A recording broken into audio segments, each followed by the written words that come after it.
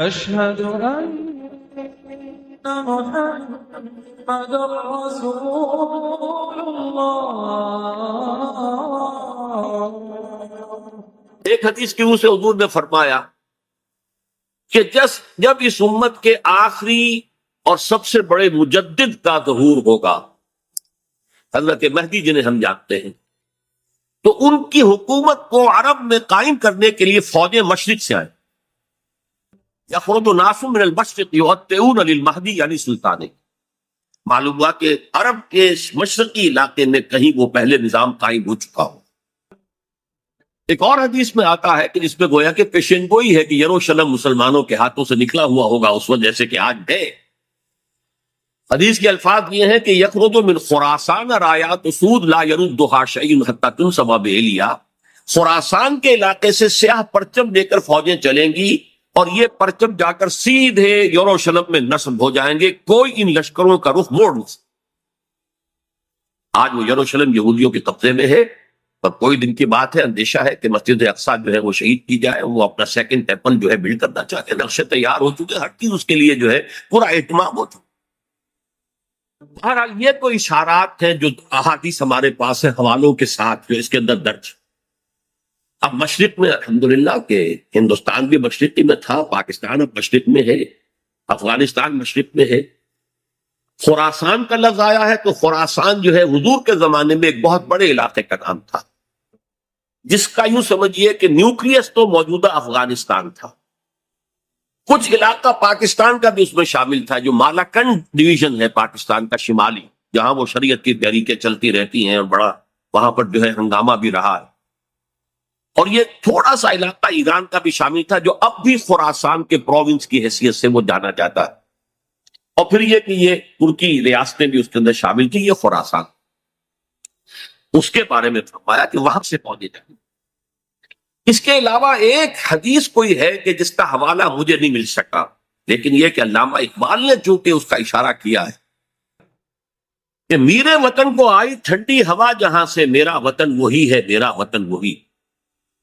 جبکہ وہ ہندوستان کا جو ہے راگ الاپ رہے تھے، اس کو بھی کہا میرے عرب کو آئی ٹھنڈی ہوا جہاں سے۔ میں نے بعض عربوں سے وہاں میرا کیونکہ ملاقات کا موقع ملتا ہے امریکہ وغیرہ میں، تو ہر ملک سے جو ہے لوگ آئے ہوئے، وہ کہتے ہیں ایسی حدیث کہ حضور نے فرمایا تھا مجھے ہندوستان کی طرف سے ٹھنڈی ہوا آ رہی۔ بہرحال لیکن اس کا چونکہ حوالہ نہیں ملا ہے تو میں نے صرف یہ کہ علامہ اقبال کے شعر کے حوالے سے تو معلوم ہوتا ہے کہ اس مشرقی خطے کے اندر وہ نظام پہلے قائم ہوگا اور پھر یہاں سے وہ پھیلے گا۔ چنانچہ ایک اور تیسری حدیث سے میں آپ کو مل جائے گی، حضور نے فرمایا میری امت کے دو لشکر وہ ہیں کہ جن کو اللہ تعالیٰ نے پیشگی طور پر جو بھی ان میں شریک ہوگا جہنم کی آگ سے چھٹکارے کا پروانہ دے دیا۔ اصابتان من امتی احرزهم اللہ من النار۔ ایک وہ ہوگا جو ہندوستان پر حملہ آور ہوگا، دوسرا وہ ہوگا کہ جو دجال کے ساتھ جنگ کرنے کے لیے حضرت مسیح کے پاس پہنچے، حضرت مسیح کے ساتھ دینے کے لیے۔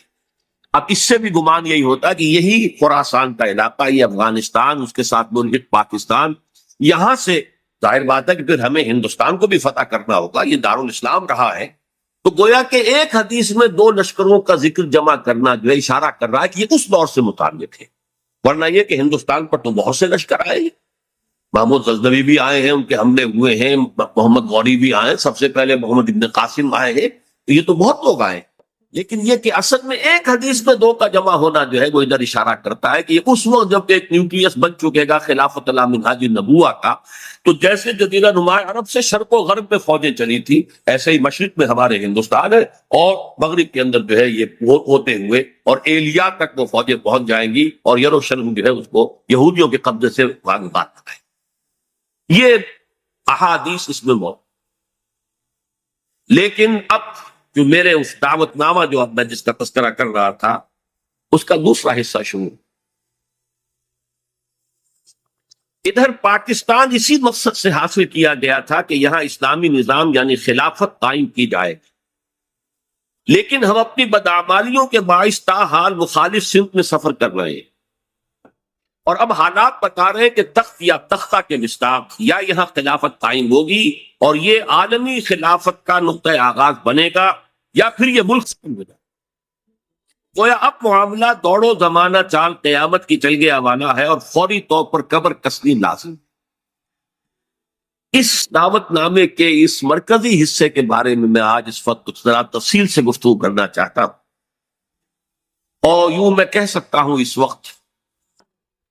کہ سلطنت خداداد پاکستان یا ملت اسلامیہ پاکستان کا ایک مرثیہ ہے جو مجھے کہنا ہے موجودہ حالات کے پیش نظر، لیکن یہ مرثیہ میں قرآن مجید کے الفاظ میں پیش کرنا چاہوں، جس کے لیے تمہیداً میں پہلے آپ کو یہ بتانا چاہتا ہوں۔ سورہ انبیاء کی ایک آیت ہے، آیت نمبر 10،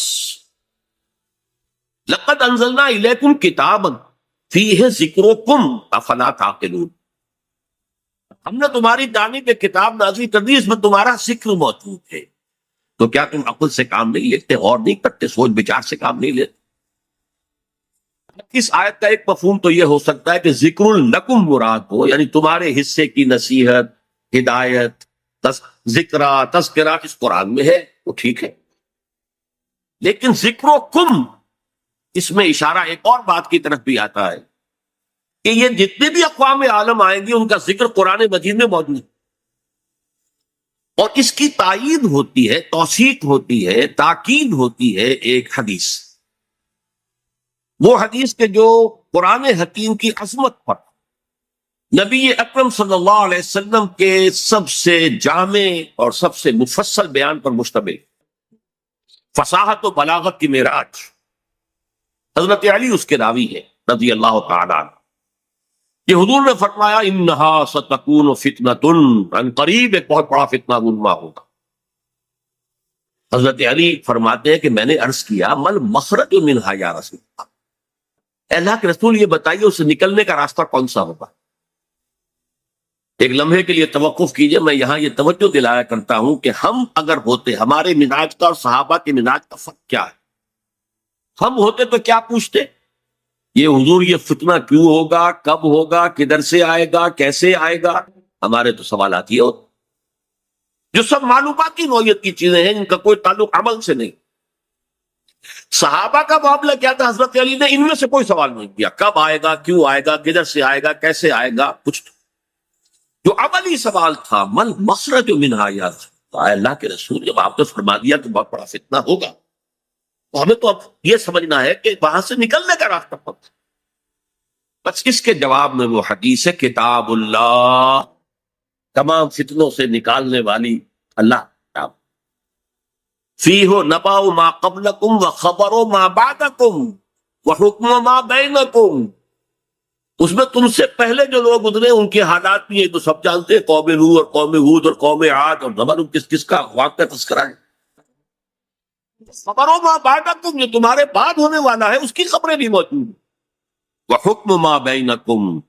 اور جو بھی تمہارے مابین قیامت تک اختلافات رونما ہوں گے ان سب کا فیصلہ بھی موجود۔ بڑی عظیم حدیث ہے، وَهُوَ الذِّكْرُ الْحَكِيمُ وَهُوَ الصِّرَاطُ الْمُسْتَقِيمُ وَهُوَ حَبْلُ اللَّهِ الْمَتِينُ لا تنقضي عجائبه ولا يشبع منه العلماء ولا يخلق عن كثرة الرد، اور آخری الفاظ تو بلاغت کی انتہا ہے، من قال به صدقہ ومن عمل به اجر ومن حکم به عدل ومن دعا الیہ ہدی الی صراط مستقیم۔ جس نے کوئی بات کہی اس قرآن کی بنیاد پر اس نے سچ کہا، جس نے عمل کیا اس کا اجر محفوظ ہے، جس نے کوئی فیصلہ کیا قرآن کی بنیاد پر اس نے عمل کیا، اور جس نے قرآن کی طرف بلایا اس کی ہدایت ہو گئی، کسی اور کی ہو نہ ہو اس کی ہدایت گارنٹیڈ ہے جو قرآن کی طرف بنا ہوا۔ یہ حدیث ہے جس میں خبر و ما بعدکم کے الفاظ، بلکہ میں تذکرہ کر دوں گے کہ یہ حدیث ایک اور شان سے وارد ہوئی ہے، طبرانی کی معجم کبیر، وہاں یہ حدیث اس طور سے آئی ہے کہ حضرت جبرائیل نے حضور سے یہ فرمایا یا محمد امتک بعدک، اے محمد صلی اللہ علیہ وسلم یہ آپ کی امت کا آپ کے بعد کیا بنے؟ حضور نے اس پر پوچھا بل مخرج منہا یا جی، اہم کہیں ابھی تو میں ہوں، انا بین اظہرکم، ابھی تو اے مسلمانوں میں تمہارے مابین ہوں، لیکن ایک وقت تو آئے گا، پھر دور نبوت کے خاتمے کی خبر حضور نے دی تھی تو وہ آپ نے مثال کی خبر دی تھی، جانا ہے تجھے، انک میت وانہم میتون، قرآن مجید میں لیکن اس کا حل کیا ہو؟ تب انہوں نے کہا ہے کتاب اللہ فیہ نبأ من قبلکم ومن خبر ما بعدکم وحکم ما بینکم، یہ پوری تو یہ ایک اور ہی شان کے ساتھ یہی روایت ہے۔ وقت میں اس حوالے سے آپ کے سامنے قرآن حکیم کی 6 آیات، اور عجیب یہ حسن اتفاق ہے، سورہ اعراف کی آیات ہے 175 176 170، اور سورہ توبہ کی آیات ہیں 100 نکال دیجئے 75 76 70۔ یہ آئینہ ہے اس وقت میرے اور آپ کے لیے، ملت اسلامیہ پاکستان کے لیے، سلطنت خدا داد۔ دیکھیے سورہ اعراف میں فرمایا وَاتْلُ عَلَيْهِمْ نَبَأَ الَّذِي آتَيْنَاهُ آيَاتِنَا فَانسَلَخَ مِنْهَا فَأَتْبَعَهُ الشَّيْطَانُ فَكَانَ مِنَ الْغَاوِينَ۔ اے نبی ان کو آپ اس شخص کی خبر سنائیے جسے ہم نے اپنی آیات عطا کی تھی، لیکن وہ ان سے نکل بھاگا، پھر شیطان اس کے پیچھے لگ گیا، اور پھر وہ انتہائی گمراہ لوگوں میں سے۔ وَلَوْ شِئْنَا لَرَفَعْنَاهُ بِهَا، ہم چاہتے تو ان آیات کے ذریعے سے، ان کی بدولت ہم اسے اور بلند کرتے، اس کا مقام، اس کا رتبہ اور اونچا۔ وَلَكِنَّهُ أَخْلَدَ إِلَى الْأَرْضِ، مگر وہ تو زمین کی طرف ہی بیٹھتا اور دھستا چلا۔ فَمَثَلُهُ كَمَثَلِ الْكَلْبِ، اس کی مثال تو کتے کی سی، ان تحمل علیہ یلحظ، اگر اسے پھٹکارو، کوئی ڈھیلا، کوئی لکڑی اس کی طرف اٹھاؤ مارنے کے لیے، تب بھی وہ ہانپتا رہتا۔ ان تترکو یلحظ، زبان اس کی نکلی ہوگی، اس سے راج ٹپک گئی ہوگی، چھوڑے رکھو گے تب بھی۔ ذالک مثل القوم الذین کذبوا بآیاتنا، یہی مثال ہے اس قوم کی کہ جس نے اپنے رب کی آیات کو دھوکا۔ فقصص القصص، تو اے نبی آپ یہ واقعہ بیان کر دیجئے، لعلہم یتفکرون، شاید کہ وہ غور کریں، سوچ بچار سے کام لیں۔ ساء مثلا القوم الذین کذبوا بآیات اللہ، بری ہے مثال اس قوم کی جس نے اللہ کی آیات کو جھٹلایا۔ وانفسہم کانوا یظلمون، وہ اپنے اوپر سے ظلم کرنے والے۔ میں اس کی زیادہ تفصیلی تفاصیر میں نہیں جاؤں گا، اگرچہ ایک رائے یہ بھی ظاہر کی گئی ہے کہ یہ کسی شخص معین کا تذکرہ نہیں ہے، بلکہ یہ ایک مثال ہے بتا دے رہا، لیکن یہ بات صحیح نہیں۔ وَاتْلُ عَلَيْهِمْ نَبَأَ وَاضْرِبْ لَهُمْ مَثَلًا سے بات ہوتی تو اس کا امکان تھا،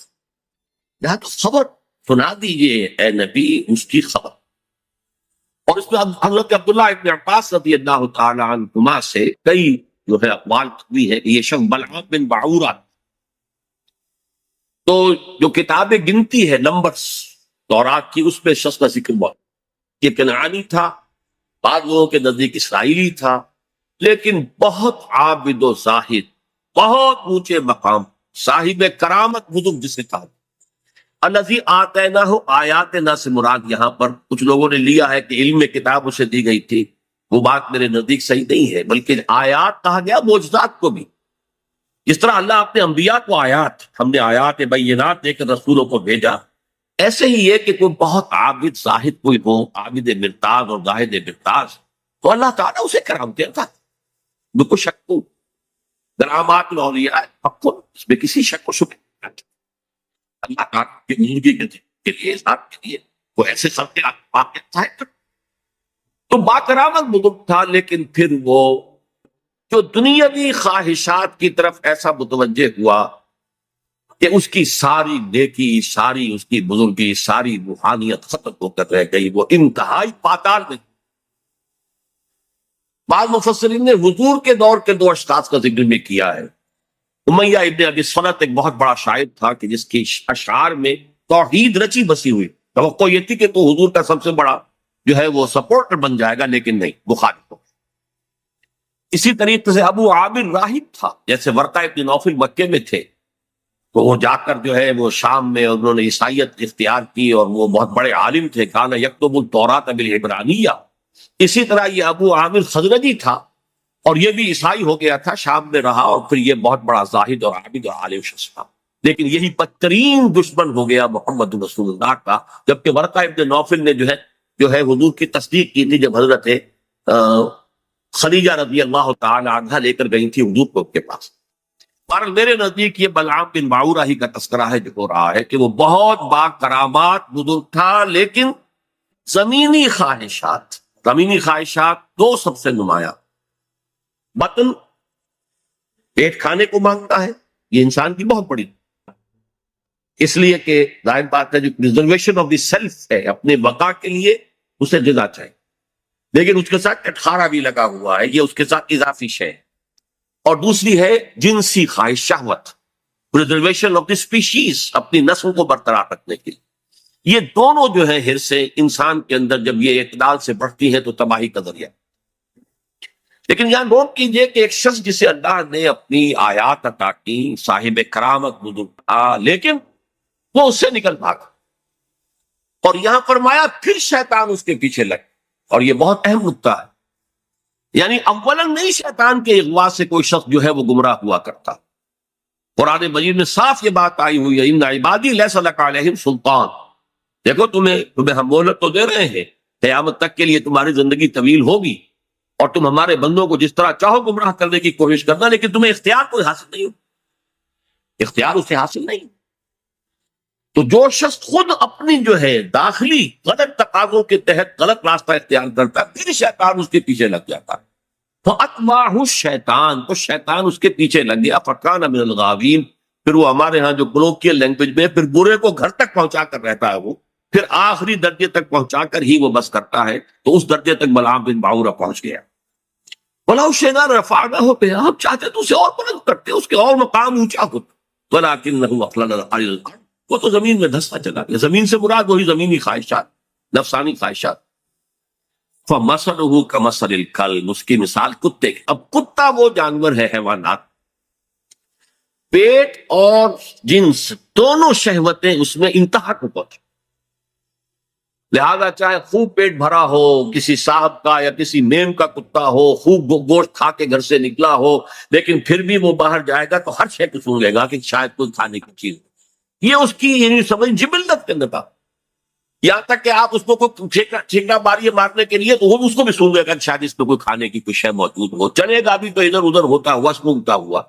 اور وہ اپنی شرمگاہ کو چاٹتا رہتا۔ دونوں جو حرصے ہیں اس کے اندر انتہا کی، اور اس کا پھر ظہور کیا ہوتا؟ زبان ہر وقت نکلی ہوئی ہے، ہانپ رہا ہے ہر وقت، پیٹ بھرا ہو تب بھی ہانپ رہا ہے، اور پیٹ خالی ہو تب بھی ہانپ رہا ہے، تھکا ہوا تب بھی ہانپ رہا ہے، کھڑا ہوا تب بھی ہانپ رہا ہے، زبان نکلی ہوئی ہے اور اس کے اندر سے راٹ۔ یہ مثال دی ہے، جیسے قرآن مجید میں گدھے کی مثال بھی آئی، مثل الذین حملوا التوراۃ ثم لم یحملوها کمثل الحمار یحمل اسفارا، مثال اس قوم کی جس کو ہم نے تورات عطا کی تھی، حامل تورات بنائی گئی تھی، وہ قوم پھر اس نے اس کا حق ادا نہیں کیا، اس گدھے کی سی مثال ہے جس پر کتابوں کا بوجھ نہ ہو، ایسے یہ گدھے کی مثال دی گئی ہے۔ اس کے بعد فرمایا ذالک مثل القوم الذین کفروا، یہ صرف ایک کا معاملہ نہیں، پوری قومیں بھی اس تمثیل پر پوری اترتی ہے، اور اسی ڈسکرپشن کے اوپر وہ پوری اترتی ہے۔ کذبوا بآیاتنا، جو ہماری نشانیوں کو جھٹلاتے، فقصص القصص، تو اے نبی آپ کے قصہ سنا دیجئے، لعلہم یتفکرون، شاید کہ غور کریں۔ آج میں آپ کو قصہ سنا رہا ہوں پاکستان کس طور سے ان آیات پر منطبق ہو رہا ہے، شاید کہ آپ غور کریں، سوچیں، شاید کہ آپ کے اندر کوئی امنگ پیدا ہو جائے کسی عمل کی، جد و جہد کی۔ سا مثلا القوم الذین کذبوا بآیاتنا، آخری آیت بری مثال ہے اس قوم کی جس نے ہماری آیات کو جھٹلایا، وکانوا انفسہم یظلمون، وہ اپنے اوپر ہی ظلم کرتے رہے۔ ظاہر بات ہے ہمارا کسی نے کیا بگاڑ۔ اب اندازہ کیجئے پاکستان وہ ملک ہے اس روئے ارضی پر جو بہت بڑی اللہ کی نشانیوں کے ساتھ وجود میں آیا۔ سب سے پہلی نشانی 27ویں رمضان کو اس کا قیام عمل ہے، اور جو بہترین رات ہو سکتی، فیہا یفرق کل امر حکیم، جس میں کہ تمام جو بھی اللہ تعالیٰ کے پختہ فیصلے ہیں وہ کیے جائیں۔ پاکستان 27ویں شب رمضان مبارک کی، اس پہ اس کا وجود۔ پھر غور کی کیسے قائم، کوئی امید کچھ عرصے پہلے بھی نہیں تھی کسی کو کہ پاکستان قائم۔ عام طور پر سمجھا گیا تھا یہ مسلم لیگ نے بارگیننگ کے لیے اتنی بڑی بات کر لی ہے، وہ لے دے کر معاملہ ہو جائے گا۔ اور سب سے بڑی بات یہ کہ خود ایک سال پہلے Quaid Azam cabinet mission plan کو تسلیم کی۔ اس کا کیا مطلب تھا کہ کم سے کم 10 سال کے لیے ایک آزاد پاکستان کا وجود مؤثر ہو گیا۔ نظری طور پر 10 سال کے بعد امکان تھا، لیکن ایک مرتبہ مرکزی حکومت ایک وحدت کے ساتھ اگر وجود میں آ جاتی تو پنڈت نہرو نے جو کہا تھا سچ تو وہی تھا، نکل جاتی ہے جس کی منہ سے سچی بات مستی میں، اس نے وہ سچ کہہ دیا، جس کی وجہ سے پھر قائد اعظم نے جو ہے جو تسلیم کر لیا تھا کیبنٹ مشن پلان کو، پھر اس سے آپ نے رجوع کیا کہ اس نے کہہ دیا تھا ایک دفعہ بن جائے پھر کون کسی کو علیحدہ عہدے دیتا ہے۔ اس پر پھر قائد اعظم نے پسپائی نا، اگر وہ خاموش رہتا تو کم سے کم 10 سال تک کوئی امکان نہیں تھا، اور اس 10 سال میں ہندو قوم نے کیا کرنا تھا اس کا تصور۔ سوچئے پاکستان قائم ہوا، ہندو قوم ہمارے سے کس قدر تعداد میں زیادہ، تعلیم میں زیادہ، دولت میں زیادہ، تنظیم میں کس قدر منظم قوم، کس قدر تعلیم یافتہ، کتنی ان کے اندر جو ہے ایک یکجہتی موجود تھی۔ پھر کانگریس جیسی جماعت، بہت بڑی جماعت، تو کوئی شک نہیں، بہت بڑی عوامی جماعت، جس کے ساتھ یہ کہ لیڈرز کی سیکنڈ لائن کی ایک یوں سمجھیے کہ ایک بڑی قطار موجود تھی۔ یہ نہیں تھا کہ مسلم لیگ بس ایک بگولے کی طرح ایک تحریک کے طور پر اٹھی ہے، اس نے جو بھی حاصل کر لیا، ورنہ مسلم لیگ اصل میں ایک جماعت کی شکل میں منظم ہو ہی نہیں پائی تھی۔ یہی وجہ ہے کہ پتاشے کی طرح گھل گئی پاکستان میں۔ لیکن یہ کانگریس اور گاندھی جیسا، ہم بہرحال اس کے بارے میں جو بھی رائے رکھتے ہوں، لیکن یہ ہندوؤں کا مہاتما اور پوری دنیا کے اندر اس کی ایک عظمت جو ہے تسلیم کی جاتی۔ اور چند مہینے پہلے اس نے کہا تھا کہ پاکستان سے میری لاش کو بچ سکتا، ہندو جیسی قوم، گاندھی جیسا لیڈر۔ اچھا، دوسری طرف یہ ہمارے ولی خان صاحب جو ہیں وہ کچھ پچھلے زمانے کے کاغذات نکال کے لے آتے ہیں انڈیا آفس کے، جس سے یہ کہ انگریزوں نے کچھ سپورٹ کی تھی پاکستان کی یا مسلم لیگ کی۔ جب پاکستان بنا ہے، ایٹلی وزیر اعظم ماؤنٹ بیٹن یہاں کا وائس رائے، دونوں قائد اعظم سے شدید نفرت رکھنے والے، آپ پاکستان کے تصور کے دشمن۔ لیبر پارٹی کی گورنمنٹ تھی، کنزرویٹو پارٹی گورنمنٹ ہوتی تو کچھ شکوک و شبہات کا موقع تھا، لیکن یہ تو لیبر پارٹی کیوں نے تو کچھ لکھا ہے بعد میں وہ سب کے سامنے، آپ تو کچھ بھی باتیں نہیں رہے، ماؤنٹ بیٹن کی چیزیں بھی سب سامنے آ چکی ہیں، اس کے جس نوعیت کے تعلقات نہرو خاندان کے ساتھ تھے، اب وہ چیزیں بھی کہنے کی بھی نہیں ہے، ورنہ یہ کہ لیڈی ماؤنٹ بیٹن کے ساتھ اس کے ناجائز تعلقات تک کا چرچا موجود۔ اور یہ کہ گاندھی کا تو وہ چیلا تھا، آخری وقت میں پنڈت نہرو نے اور پٹیل نے جا کر اس سے کہا تھا کہ ہم نہیں کہہ سکتے باپو کے سامنے جا کر یہ کہنے کی ہماری جرت نہیں ہے کہ ہم ہندوستان کی تقسیم پر راضی ہو گئے ہیں، کہ تم ہی جا کے راضی۔ اس نے جا کر گاندھی سے بات کی، کیا پٹی پڑھائی ہے وہ جانے۔ یہ تھے وہ ناگزیر حالات جن میں پاکستان کا قیام، اور اس کے اندر جمع کر لیجئے یہ بات کہ 1 سال پہلے مولانا حسین احمد مدنی رحمت اللہ علیہ نے سلہٹ میں یہ کہہ دیا تھا، رمضان مبارک میں پورے 1 سال پہلے، ملأ اعلیٰ میں پاکستان کے قیام کا فیصلہ ہو چکا۔ ملأ اعلیٰ سے مراد فرشتوں کا وہ سب سے اونچا طبقہ ہے، جو اللہ کا مقربین، جو ملائکۃ المقربین، وہ ملأ اعلیٰ سب سے اونچا، وہاں فیصلہ ہو گیا پاکستان۔ یہ دوسری بات ہے کہ جب ان سے پوچھا گیا کہ پھر ہم کیوں مخالفت کر رہے ہیں، ہماری پالیسی جو ہے وہ بدل جانی چاہیے، انہوں نے کہا کہ در حقیقت وہ تکوینی معاملہ ہے اللہ کا، ہمارا کام تکوینیات کے حوالے سے نہیں ہے، بلکہ ہمیں تو اپنی سوچ اور سمجھ سے جو بھی رائے صحیح ہے اسی کے اوپر کام کرنا ہے، لیکن فیصلہ ہو۔ یہ 1 سال پہلے کی بات ہے، اور ایسے شخص کی گواہی ہے جو پاکستان کے ساتھ یعنی وہ متفق نہیں تھا، اگرچہ بعد میں انہوں نے تسلیم کیا، بہت خوبصورتی سے تسلیم کیا۔ جب وہ گئے ہوئے تھے کابل، اور وہاں کسی شخص نے، یہ قیام کے بعد کی بات ہے، کسی شخص نے ذرا چھیڑنے کے لیے کہ چلیے مولانا کچھ بولیں گے پاکستان کے خلاف، کو دھواں دار باتیں کریں گے،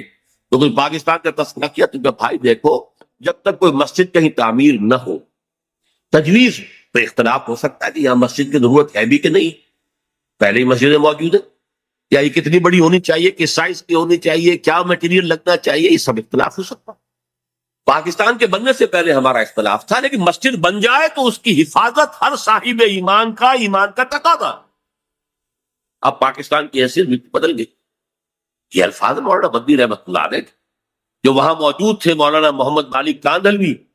رحمت اللہ علیہ، جنہوں نے کہ یہ الفاظ ہماری قرآن کانفرنس میں ایک مرتبہ بیان. اچھا، یہ ہے وہ آیات، وہ کرامات جس کے ساتھ پاکستان میں کچھ رہا. ذرا پیچھے چلیے. جب خلافت عثمانیہ کے خاتمے کی سازشیں ہو رہی تھی تو پوری دنیا میں صرف ہندوستان میں تحریک چلی، کہیں اور نہیں چلی. وہ سلطنت عثمانیہ بہرحال خلافت کے نام سے تھی، چاہے حقیقت نہیں تھی، وہ ایک ملوکیت ہی تھی، اور اب اس پہ زوال بھی آ گیا تھا. یورپ کا مرد بیمار بھی کہا جاتا، تو بھی کچھ تھا، لیکن عظمت اسلامی کا ایک سمبل، ایک نشانی تھی. اس کے خلاف سازشیں ہو رہی تھی، اور اس وقت تحریک چلی، صرف ہندوستان میں کہیں بھی نہیں چلی، پوری دنیا میں کہیں بھی نہیں. بلکہ عربوں نے تو بغاوت کی ترکوں کے خلاف، اور اصل میں تو انہی کی بغاوت کے نتیجے میں یہ سارا معاملہ ختم ہوا. لیکن ہندوستان میں وہ تحریک چلی، اور ایسے زور شور کے ساتھ چلی، بولی اماں محمد علی کی جان بیٹا خلافت میں دے دو، پورا ہندوستان گونج گیا. ذرا اس سے بھی پیچھے جائیے، دیکھیے ختم نبوت کے بعد سب سے بڑا منصب مجددین امت ہے، کہ جو سنن ابی داؤد کی روایت کی روح سے ان اللہ یبعث فی هذه الامه علی راس کل 100 عام من یجدد لها. یقیناً اللہ اس امت میں ہر صدی میں ایسے لوگوں کو اٹھاتا رہے گا جو دین کو تازہ کرتے. ڈاکٹر اسرار احمد کی اور ویڈیوز دیکھنے کے لیے رہنمائے نیک وے کو سبسکرائب کریں. شکریہ.